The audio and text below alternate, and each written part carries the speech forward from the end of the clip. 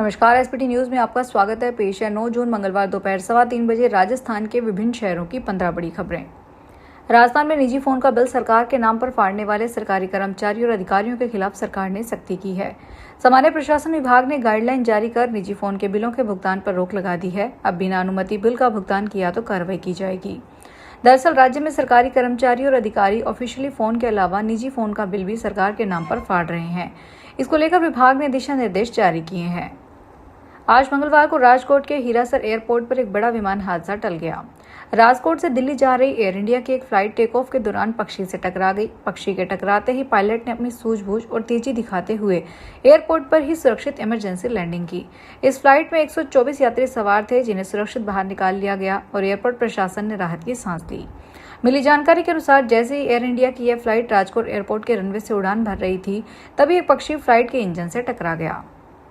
Pachpadra refinery की CDO unit में लगी आग के बाद इसकी मरम्मत का कार्य अंतिम चरण में पहुंच गया है।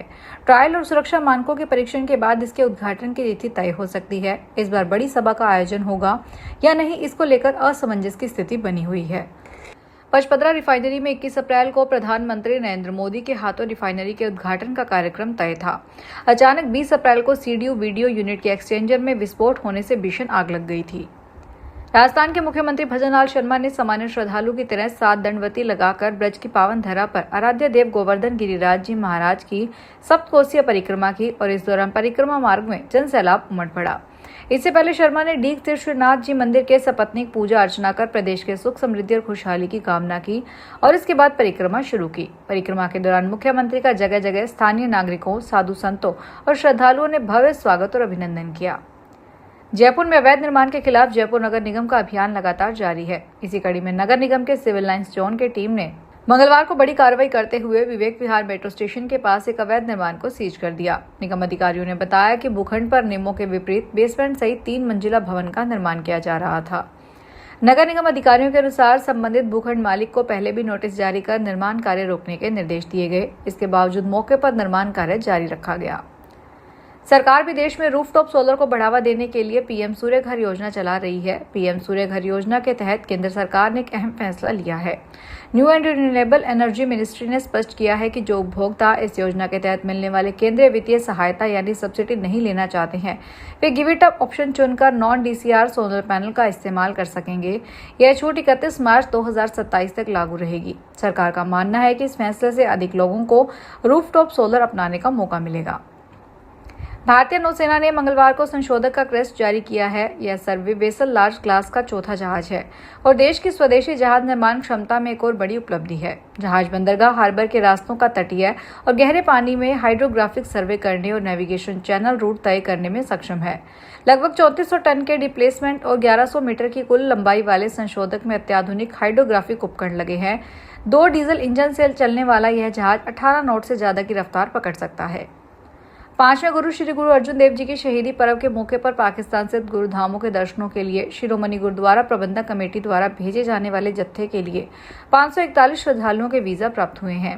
यह जत्था कल 10 जून को शिरोमणि कमेटी कार्यालय से रवाना होगा। धर्म प्रचार कमेटी के सचिव गुरिंदर सिंह मथरेवाल ने बताया कि शिरोमणि कमेटी ने 561 श्रद्धालुओं के पासपोर्ट पाकिस्तान दूतावास भेजे थे, जिनमें से दूतावास ने 541 तीर्थयात्रियों का वीजा जारी किया है, जबकि 20 श्रद्धालुओं को वीजा नहीं मिल सका। इन दिनों भारतीय आम की अस्मिता पर सवालिया निशान लग रहे हैं। पहले जापान ने भारतीय आमों के आयात पर बैन लगाया था, उसके बाद अब नेपाल भी उसी राह पर है। नेपाल ने बीते दिनों भारत से आयात की जाने वाली आम की खेपों पर रोक लगा दी है। नेपाल के कृषि एवं पशु विकास मंत्रालय ने जानकारी दी है कि भारत से आने वाले आमों और कुछ अन्य फलों की खेपों पर रोक लगा दी गई है। नेपाल के कृषि और पशु विकास मंत्रालय की ओर से मिली जानकारी के अनुसार उन्होंने बताया कि भारत से आने वाले आम की कुछ खेप में तय सीमा से ज्यादा कीटनाशकों के अवशेष मिले हैं। वैश्विक बाजारों में कच्चे तेल की कीमतों और डॉलर सूचकांक में नरमी के बीच आज मंगलवार को शुरुआती कारोबार में रुपया 20 पैसे मजबूत होकर 95.41 प्रति डॉलर पर पहुंच गया। विदेशी मुद्रा कारोबारियों के अनुसार इजराइल और ईरान के बीच तनाव में नरमी के संकेतों के बाद बाजार धारणा में सुधार देखा गया, जिससे रुपये को समर्थन मिला। अंतरबैंक विदेशी मुद्रा विनिमय बाजार में रुपया 95 रुपये 47 पैसे पर खुला और बाद में 95 रुपये 41 पैसे तक पहुंच गया। यह पिछले बंद स्तर की तुलना में 20 पैसे की बढ़त दर्शाता है। अलवर जिले में इस महीने खरीफ की फसल बुआई शुरू हो जाएगी। डीजल के दामों का असर इस पर साफ पड़ेगा। सिंचाई, जुताई, रोपाई और कटाई जैसे अधिकांश कृषि कार्य डीजल आधारित मशीनों पर निर्भर हैं, इसलिए ईंधन महंगा होने का असर सीधे उत्पादन लागत पर दिखाई देगा।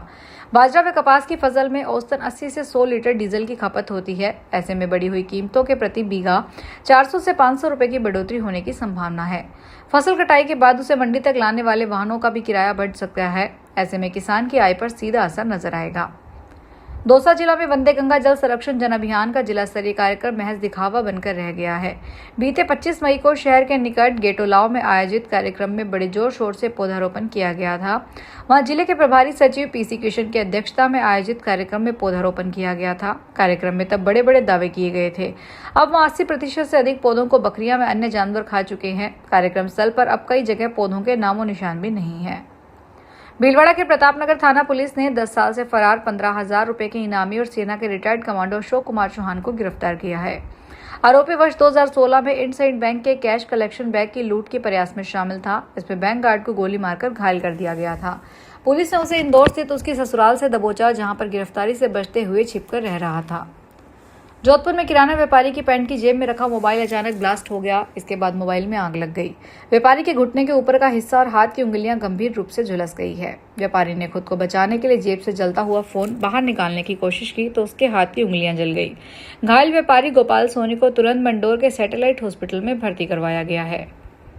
चिकित्सा स्वास्थ्य विभाग उदयपुर ने फर्जी तरीके से लाइसेंस लेने वाले व्यवसायी का फूड सेफ्टी और स्टैंडर्ड ऑन लाइसेंस निरस्त कर दिया है। व्यवसायी सैफुद्दीन जाकिर हुसैन कनौडवाला फर्जी तरीके से लाइसेंस प्राप्त कर उदयपुर के प्रतिष्ठित उपकार नाम से मसाले तैयार कर बेच रहा था, जबकि स्वास्थ्य विभाग का कहना है कि वर्ष 1972 से इसके मालिक कुतुबुद्दीन कनौडवाला, जिसके पास उपकार नाम से वैध लाइसेंस है।